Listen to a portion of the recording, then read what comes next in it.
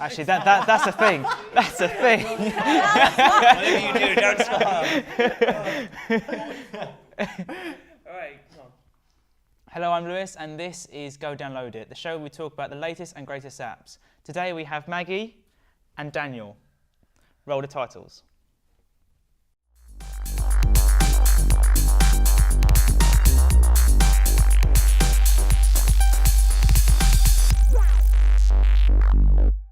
So Dan, what have you got for us today?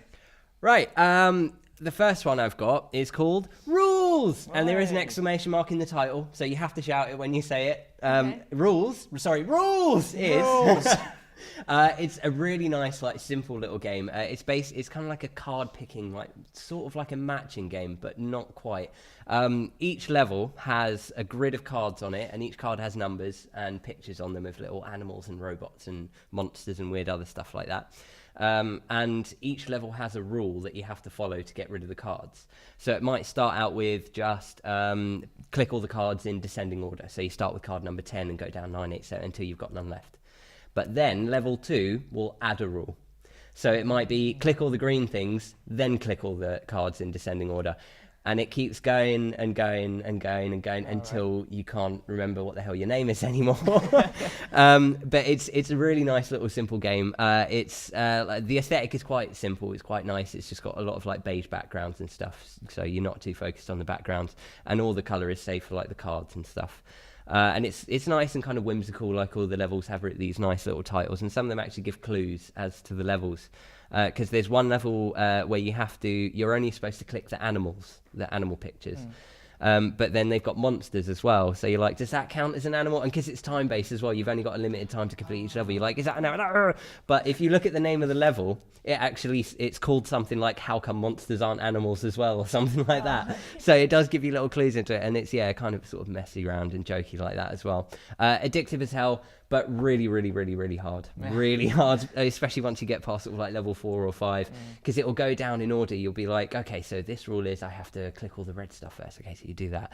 And then, what was rule 4 again? Oh yeah, that was where I click all the green stuff. Oh shit, what was rule 3? Like it goes through it. And it has 3 different modes as well. So you've got beginner mode, expert mode, and timeless mode.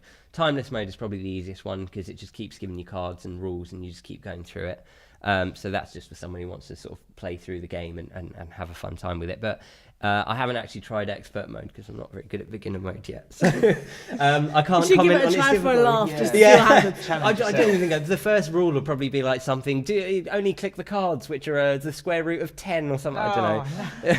And it's really interesting game though, really, really cool. It's $1.49 on the App Store, and it's on, again, I think iOS and Android. So go download it whenever you can. Go download it. Rules! Okay, thank you, Dan. So Maggie, what amazing apps have you got for us today? The first one I want to talk about is called Osu, and I have to shout because there's an exclamation mark as well. Same as your one, yeah. Basically, it's a rhythm style game. It's like similar to Final Fantasy's theatre rhythm games, where you listen to a song and you have to hit certain icons according to a beat. And some of them slide, some of them you have to go back and forth, and it's really fun actually. They vary in difficulties, and it can be any. It's mainly anime and game songs, soundtracks, but it's literally the library to download songs is absolutely huge. Yeah, any particular favourites? I've been playing quite a lot of the Sengoku Basara songs because that's like my favourite anime ever. So, yeah, and also the Attack on Titan themes are fun. They're really fun ones to do. Yeah. But and they vary in difficulty. Some songs, depending on which ones you download, because there could be multiple versions of the same song, have varying difficulty. So you can have like an easy version, a hard version, and a really, really difficult version.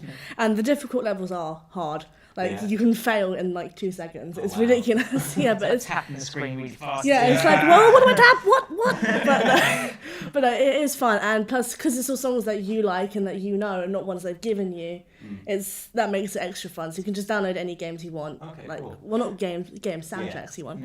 So basically you just touch the circles on the screen, slide them around, and try and get the best score you can.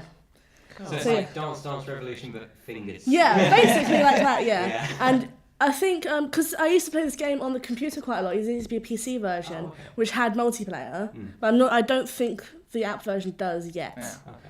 But I know you could also create your own beat maps So you could sweet. So you can do your own upload a songs song and and stuff, do your yeah. own ones. But that's the PC version, which is also free. Oh, right, yeah. Awesome. So yeah, you just make your own little profile and you just play through whatever song you want and try and get the best score you can without failing. Sweet. Cool. Yeah.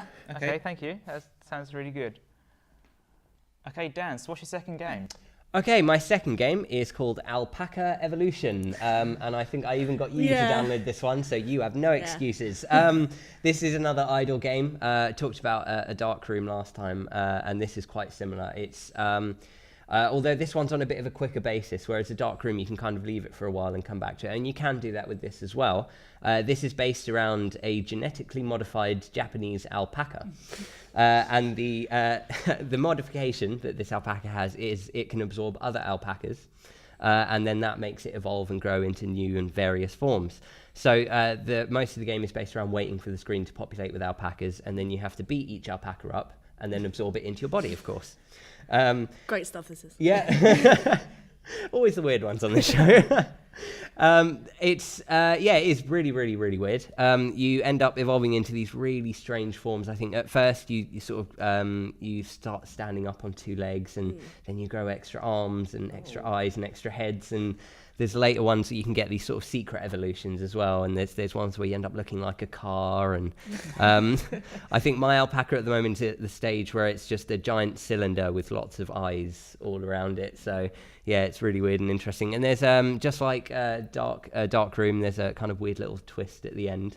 But it's a Japanese title from Coca-Cola Inc. And it's their first game, I think. But it's available on iOS and Android, as pretty much usual with most stuff these days.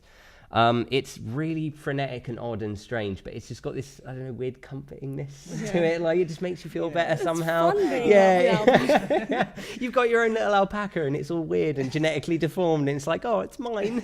Like a cute character, you can punch it. Yeah, of course. You've got all these other little alpacas that you're just beating to death and then absorbing them. Yeah, just like it's a normal thing. Why not? Yeah, why not? Exactly.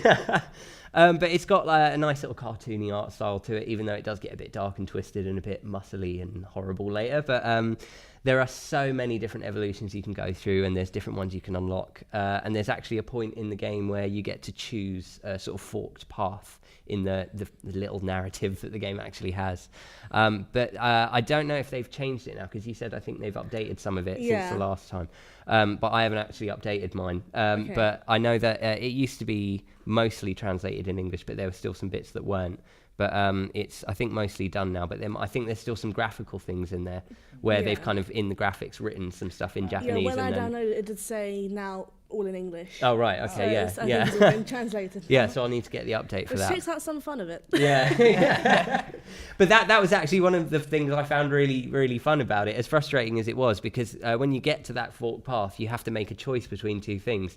I don't know what the choice was. Completely unknown. Yeah, you get two options, and I never bothered to kind of look it up or anything, but you get two options. You can choose one or the other, but it's in Japanese, so I have no idea what I was picking. I don't read Japanese.